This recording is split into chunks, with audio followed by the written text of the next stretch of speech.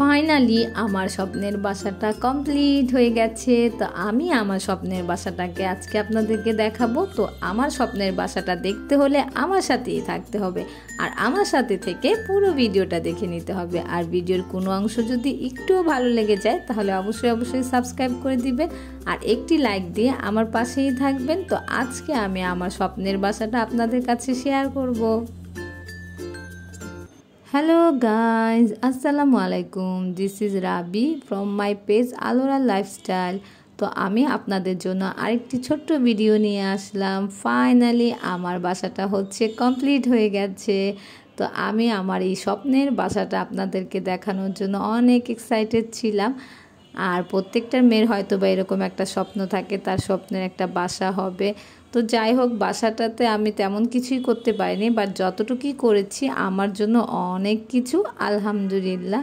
তো এটা হচ্ছে আমার ড্রয়িং রুম। ভাবলাম যে যেহেতু বাসাটা একটু খালি আছে আপনাদের সাথে শেয়ার করি, বাট তেমন খালি ছিল না, আমি একটু সরিয়ে নিয়েছি। কারণ যেহেতু আমরা অনেক আগে 6 তলাটা ছেড়ে দিয়েছিলাম, তো কিছু মালপত্র তো এখানে নিয়েই আসছি। আর এখানটাতে আমি একটা টিভি ক্যাবিনেট করেছিলাম। তো টিভি ক্যাবিনেটের জায়গাটাও খুব সুন্দর হয়েছে। তো ভাবলাম পুরো বাসাটা আপনাদেরকে আজকে একটু দেখাই। আর অনেক ময়লা, অনেক ধুলো পড়ে আছে, এগুলো আমার আস্তে আস্তে ঠিক করতে হবে। আমি আমার বাসার টাইলসগুলা অ্যাশ কালারের উপর রেখেছিলাম, কারণ আমার হচ্ছে একদম শান্তি ফিল করে এমন কিছু ফিলিংস যাতে আসে। তো আমি ওই রকমের উপর বেস করে কালার, টাইলস এগুলো করেছিলাম।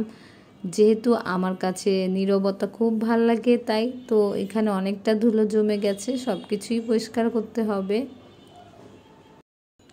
আমি তো আমার বাসাটা দেখে খুবই এক্সাইটেড যে কতক্ষণ এগুলা গুছাবো। তবে আস্তে আস্তে ঈদের আগে সব করে ফেলবো ইনশাল্লাহ, আর আপনাদেরকেও ভিডিও দিব।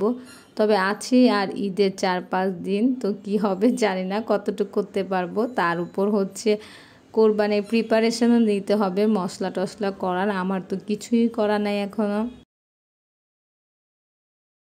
আর এগুলো হচ্ছে বেডরুমের অবস্থা। তো মাত্র খাট লাগানো হচ্ছিল। আর এই পাশে হচ্ছে একটা আদিয়ানের রুম। তো আমি আপনাদেরকে পরে হচ্ছে সবই দেখাবো, এক একটা করে কমপ্লিট করব, গুছাবো আর আপনাদের সাথে শেয়ার করব। আশা করছি আপনারা আমার পাশে থেকেই প্রত্যেকটা ভিডিও দেখে নেবেন। তো আনাইজা তো খুব খুশি, আনাইজাও বলছিল বারবার ও সুন্দর বাসা, ও সুন্দর বাসা। তো আসলে বললামই তো যে যতটুকু পেরেছি একটু করার চেষ্টা করেছি, জানি না কেমন হয়েছে, তবে আমার কাছে তো খুব সুন্দর লেগেছে।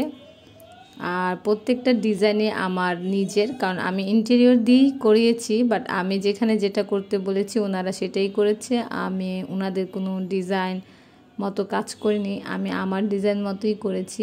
আর এই তো আমার ফ্যানটা, যে ফ্যানটার ভিডিও আমি আপনাদেরকে আগে দেখিয়েছিলাম, তো এইটাই হচ্ছে ফ্যানটা। তো এই দুটা ফ্যানই আমি নতুন নিয়েছি, আর বাকিগুলো হচ্ছে আগেরই আছে। আর এই ফ্যানগুলোতে একদমই শব্দ হয় না, বাতাসও ঠান্ডায়। তবে বাতাস একটু কম, বাট আমার কাছে ফিল হয় না, আমার কাছে ঠান্ডাই লাগে। আর এইটা হচ্ছে আমার ডাইনিং রুম। তো ডাইনিং প্লাস হচ্ছে কিচেন। তো আমি দেখাচ্ছিলাম কোনখানে কি করেছি। ডাইনিংয়ে একটা বেসিন রেখেছি, টেবিল রাখার জায়গা রেখেছি, আর আমি হচ্ছে ওপেন কিচেন করেছি। আর এই বার কাউন্টারটা আমার সবচাইতে পছন্দের জায়গা, আর এখানে আমি এই লাইটটা দিয়েছি। তো আমি আপাতত ঝাড়বাতির মধ্যে এই লাইটটাই কিনেছিলাম। আর এই তো এখানে এরকম ক্যাবিনেট করে রেখেছি। তো আপনাদের কাছে কেমন লাগছে অবশ্যই কমেন্ট করে জানাবেন, যেহেতু আমি একটা নতুন বাসা করেছি।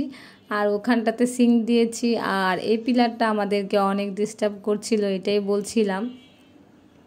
কারণ এই পিলারটার জন্য আমাদের কিচেনের অনেকখানি জায়গা নষ্ট হয়েছে, সৌন্দর্য নষ্ট হয়েছে। তবে কি করার, বাট এইভাবেই করে নিয়েছি। তো দেখতে খারাপ লাগে না, খুবই সুন্দর হয়েছে আমার কাছে। আর পাশে একটা ফ্রিজ রেখেছি ছোট্ট। তো এরপরে আমি হচ্ছে আমার বাসার আরও সুন্দর ভিডিও দিব। আশা করছি আপনারা আমার সাথে থেকেই দেখে নেবেন। আজকে এই পর্যন্তই, আল্লাহ হাফেজ।